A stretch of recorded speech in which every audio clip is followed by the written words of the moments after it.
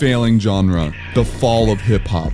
Hip-hop is dying. Over the past year, both the media and the rap community have observed rap in this light. And with Drake reigning as the industry's heavyweight, he's influenced many changes to the perceived decline in music quality. Soulless, uninspiring, TikTokified, and most importantly, stale. The art of the genre was gone. And while the future of upcoming artists is up for grabs, rap demanded change. And like always, change happened. Earthquake.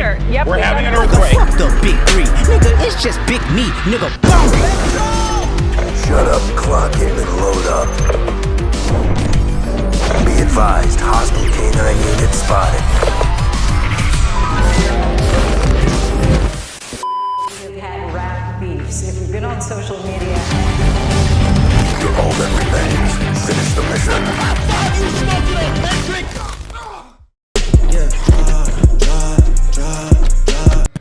In an instant, the rap civil war started, the biggest people in the industry going at each other. But from how some rappers approached the situation, it started to look more like Drake versus everybody.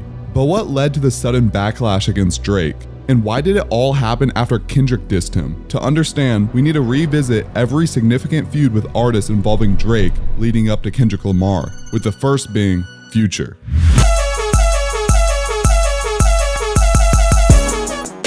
Drake and Future's collaboration spans over a decade, highlighted by many iconic hits and their joint album, What a Time to Be Alive. Metro gon' make it boom on these hoes, and me, I just stick and move on these hoes. However, their complex relationship began in 2012, when Future inspired Drake's hit, Started from the Bottom. Nigga started from the bottom, now we here. Started from the bottom, now my whole team.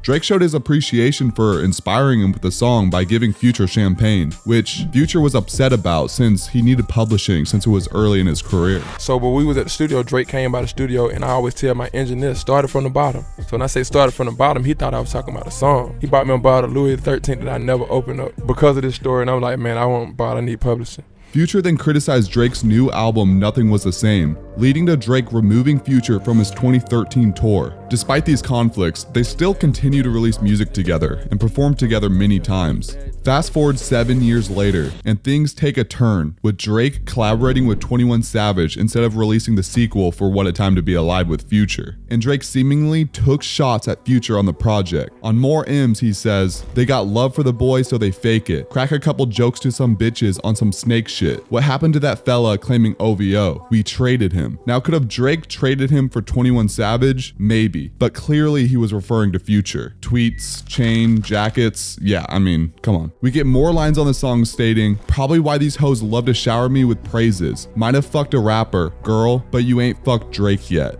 And this is where the beef truly starts. And it's with a woman, allegedly named Princess Diana. On Fear of Heights, Drake says, "He might take you on trips and he might have some hits, but baby, not more than me. He might be at the trap and order some ones, but ain't throwing more than me." So listeners may think the trap as a nod to Future's roots in trap music, but actually this line has a double meaning, referring to the Booby Trap strip club, where Drake was spotted with a woman named Diana, coincidentally the title of one of the tracks on Metro and Future's collab album. Allegedly, Drake and Future found themselves involved with the same woman, which is not out of the ordinary in the rap world, like no one cares, but here's where it gets interesting. So when we look at the hit Type Shit off the first Metro and Future album, it confirms that the lyrics on More M's were about Future. Just a sad hoe running through the crew, which could be OVO. Bunch of rich fellas, hoes get confused. She fucked me, ran her mouth cause I'm a boss. So when we look at the Drake track, What Would Pluto Do? Pluto, obviously the nickname for Future. What would Pluto do? He'd fuck the hoe, so I did it.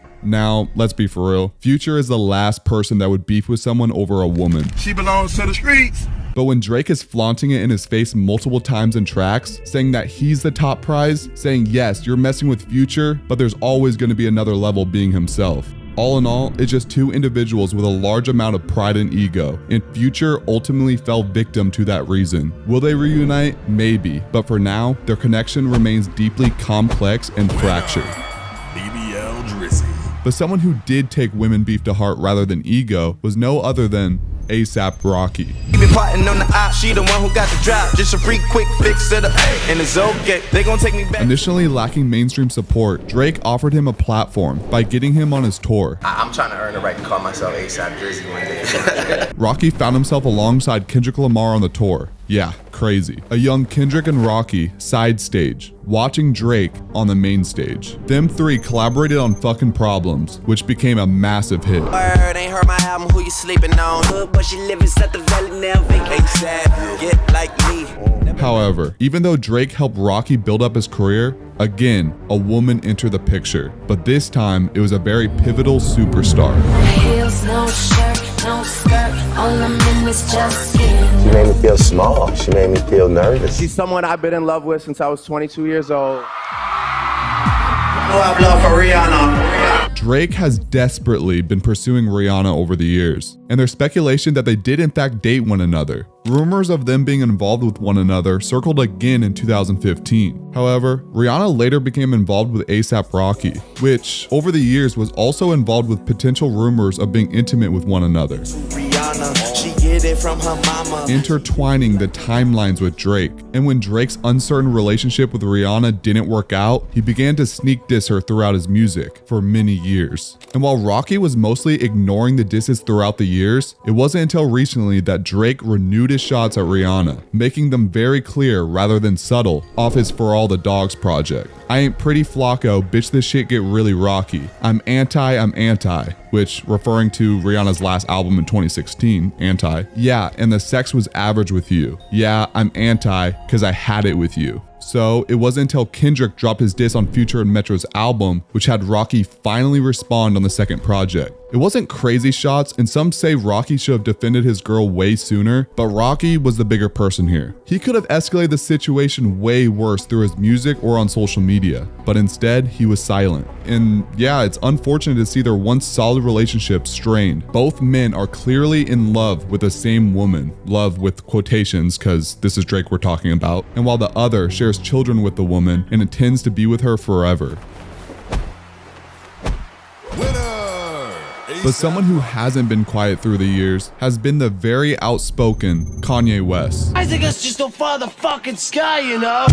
Let's keep zoning, let's keep floating, let's keep moaning. Girl, I know that it ain't no. Everybody want to know what I would do if I didn't win. I guess we'll never know.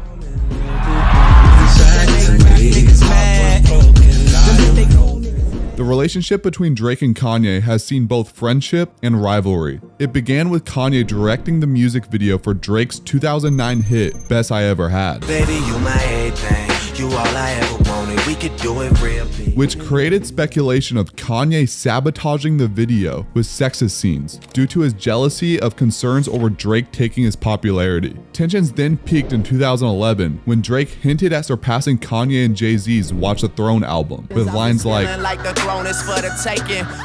all I care about is. Despite this, they appeared friendly, performing together at the OVO Fest in 2013 and even discussing a collab album together in 2015. Me and Drake had where we was gonna do an album together, and the album is called Wolves. Later that year on Ye's Pablo tour, Kanye ranted for about 15 minutes with one of the topics about him not having respect for Drake because he's pop and soft. Drake knew Ye very well, and he forgave him because he knew it was just a random rant because, you know, it's Kanye. So Drake and Kanye collaborated again on the song Glow off More Life. Feeling like I'm gun-proof. Watch out for me. I'm about. But in 2018, the pettiness gets started. Kanye invited Drake to Wyoming to collaborate on music. Ye was generous enough to give an amazing beat to Drake called Lift Yourself. But then, Kanye later released a song with the same beat, and the song was legit just mockery out of Drake. Wake up now to this text from him, like passive, like sends me something I did. Yo, I love you, brother. Lift Yourself comes out with him just talking nonsense. Whoopie-dee scoop. Scoop-dee-dee whoop. Whoop-dee-scoop-dee-poop. Understandably, Drake was furious, as the beat was now unusable since Kanye ruined it. And while this was happening, the ongoing feud between Pusha T and Drake became a major issue. And that's when Pusha T revealed to the world that Drake was a deadbeat father, that he was hiding his kid from the world that he had with an adult performer. And Kanye allegedly was the only person that knew about Drake's situation. So that pissed off Drake. So rumors started flying around that Drake slept with Kanye's wife at the time, Kim Kardashian, and his music showed hints of that. Most importantly, in the viral song In My Feelings, Kiki, do you love me? Are you riding? Say you never ever. which has the hook seemingly describing Ye's wife, and Kanye addressed it in an Instagram live. Making rumors or thinking that you fuck my wife and you're not saying nothing and you carrying it like that don't sit well with my spirit. I wouldn't make no song called Riri. So when you're like, oh, I don't know where it come from, you too smart for that, bro. You know where that come from. Don't make no record with nothing that could be confused. And nobody from my family, nothing that could be even mentioned. Oh, don't speak on my wife, bro. Like, none of y'all speak on my wife, period. Drake continued to diss and give subliminals to Kanye in songs like Sicko Mode, and went and dissed Ye's Yeezy shoes and No Stylist, which apparently is a very sensitive topic for Kanye due to his fashion line. And it sparked a now deleted Twitter rant insulting Drake from Kanye, demanding an apology from Drake. Things finally seemed to slow down, but when we fast forward to 2021, their competitive nature forms again. Both artists were set to release their highly anticipated albums, Donda and Certified Lover Boy, at the same time, and their rivalry escalated on social media, with Kanye resorting to doxing Drake. Yeah, I mean, things got out of hand. This turned the release of their albums into a musical showdown, with the internet going into a frenzy on which album was superior. But when the album rivalry died down, Jay Prince intervened to help rekindle the two. And if Jay Prince tells you to do something, you kinda gotta do it, no diddy. But yeah, it seemed to work. Kanye later posted an apology video on Instagram and proposed a joint concert to raise money for Larry Hoover in December of that year. Make some noise for Drake up in this. And they did it. It was a huge deal. After a decade of pettiness from one another, it seemed like these two were finally on good terms. Yeah, sure. Even after all the ups and downs, mostly downs, Drake once again dissed Kanye in his joint album with 21 Savage, reading, "Linking up with the ops, bitch, I did that shit for Jay Prince." And while Kanye didn't initially respond, I don't know, he probably had other things going on. Every human being has something of value that they brought to the table, especially Hitler. He later took another opportunity this year to diss Drake again, making the situation about himself by dropping a Like That remix after Kendrick Lamar did. And while it was a mix of being competitive and being petty, it seems we'll never see a healthy relationship between them ever in the future. But what happens when an artist comes out of retirement to diss Drake again? Well, that's what happened with The Weeknd.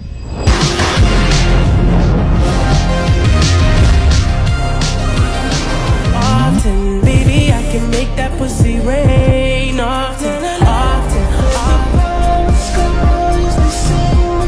The relationship traces back to 2010, when Drake discovered The Weeknd's talent from being a Toronto native.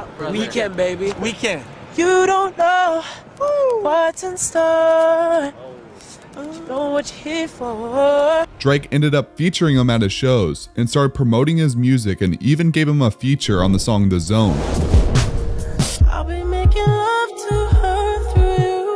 As well as featuring the upcoming artist on Crew Love off of Take Care.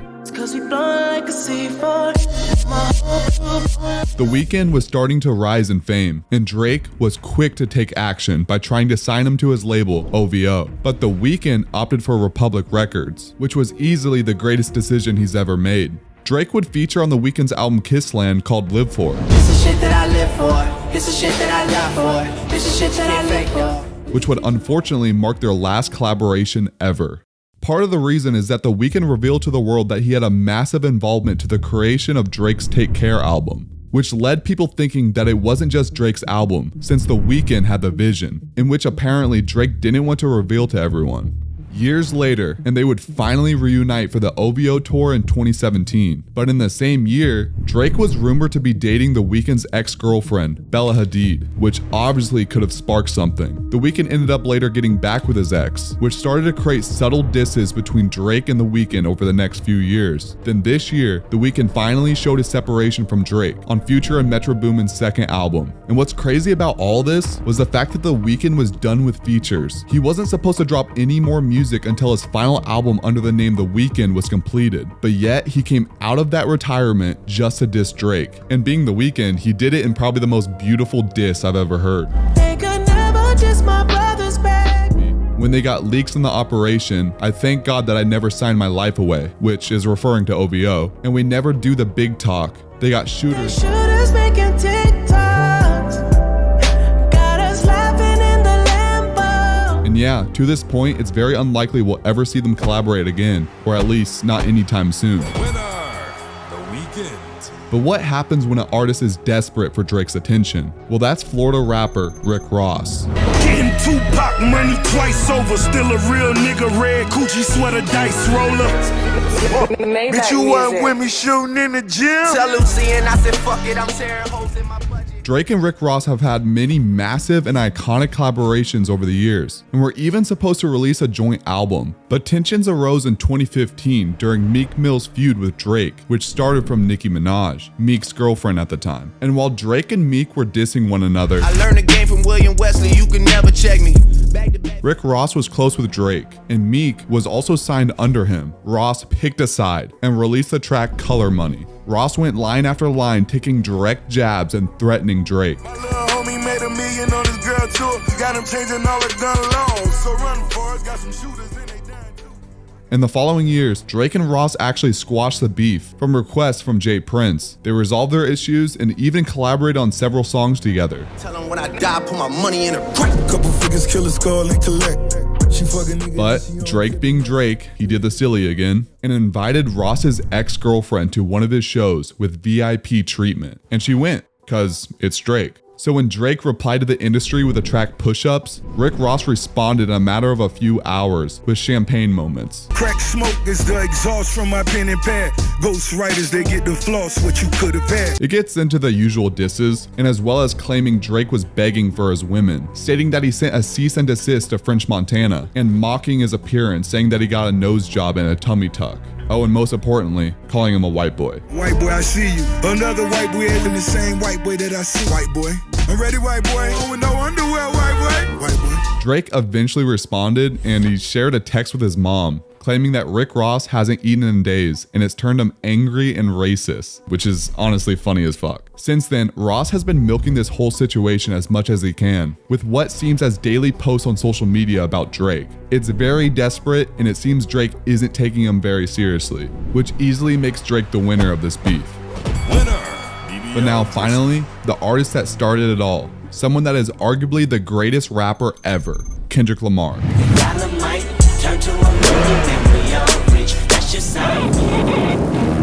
Nobody pray for me. Give me my keys, I'ma be late for work. We gon' be alright.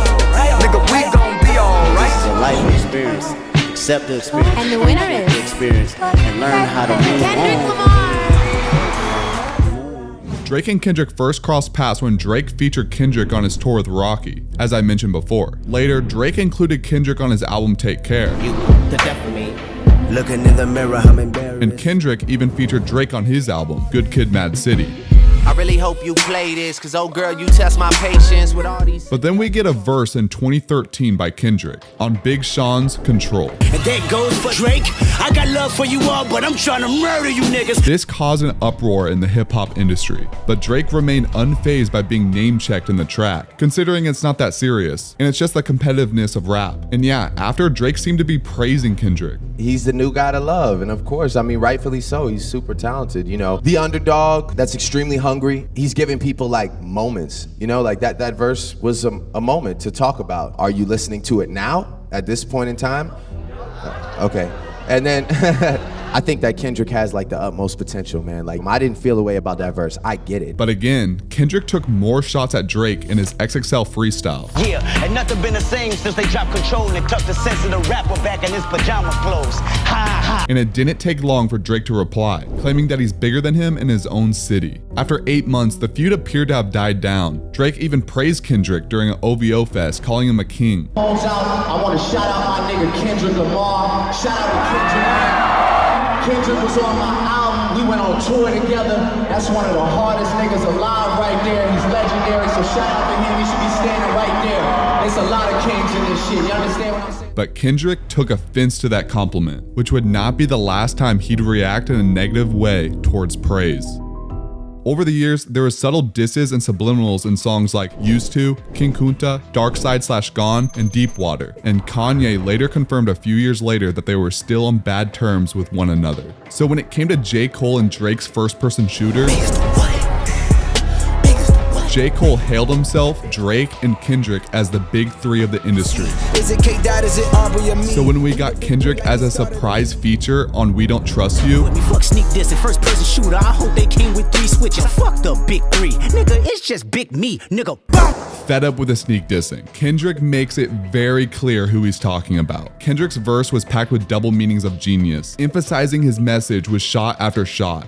And then the aftermath started, creating a revolution from many artists in the game throwing their shots out. But how come everyone started going after Drake right after Kendrick did? Well, something you have to take into consideration is the business side of the feud. Hip hop is down. I think everyone knows that. Every high tier rapper has been on decline in terms of numbers and sales, including Drake. So when the top rapper in the game disses another massive artist, and we see the media and every music enjoyer suddenly starts talking about it, things are about to get interesting. Interesting by one being the track hitting #1 and staying at there for a very long time. Now, I'm not about to say that there's a conspiracy that all these artists were in on all of it, because I'm sure there's people out there that think that. But these artists do understand that they'll profit from being involved. Beefs are good for hip hop. It's always been that way. But do these rappers really dislike Drake? Yes, undoubtedly. He's had numerous beefs over the years, names that I didn't even mention. Even a lot of the current beefs that are or allegedly are still going on that I didn't uncover either. Drake is treating it like a game, and he always has. He's been patient, knowing that giving subliminals throughout his career would always bring him more attention through his projects. Okay, so we get the industry diss with push-ups. We get disses like saying he gave Future his first #1, that he lives in their heads rent-free, making fun of Kendrick for being small, saying he's not big 3. He takes shots at the Weeknd's management, and hilariously only having one line for Metro Boomin. Metro, shut your whole ass up and make some drums, nigga. A lot of the disses were pretty much expected. Drake finally name drops the people in the track he's been dissing for years, but there are still many cryptic references that are vital to this whole situation. I mean, even if we look at one of the first lines, this line straight up tells Future, yo, like I'm sleeping with more of your women. Most of the fans don't know that, but the targets certainly do. So when we look at the subliminals towards Kendrick, Drake is bringing up his fiance, part of his family, trying to poke the bear. Drake wanted a response more than anything, and he got one.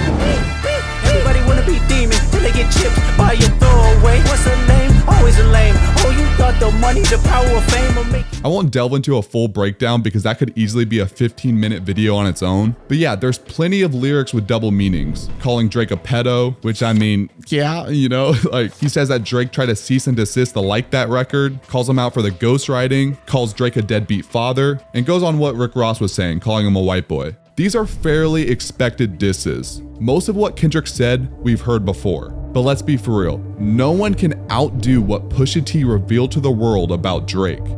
But maybe Kendrick can. My biggest take from this whole diss was that it felt like a warm-up. He suggests there's much deeper dirt to uncover that Kendrick knows about, but knows he shouldn't take it that far. But if he takes it there, so will he. What might that information be? I'm not sure. But this definitely has everyone intrigued for what is about to come, knowing that this isn't even Kendrick going all in. Dear baby girl, I'm sorry that your father not active inside your world. You don't commit juice when you put your hands on your girl. Is it self-defense cause she bigger than you? Your back is up against the curb. You digging for certified lover boys, certified pedophiles. Wop, wop, wop, wop, wop. That fuck 'em up. Wop, wop, wop, right, a superstar, right? And the fucking deadbeat that should never say more life. Meet the grams. To the rest of you, the non-believers, the underachievers, the tweet and deleters, you guys make me sick to my stomachs, fam. Honestly, if you guys want to look in my eyes, you guys want to do something? You guys, that's what I thought. No, that's what I thought.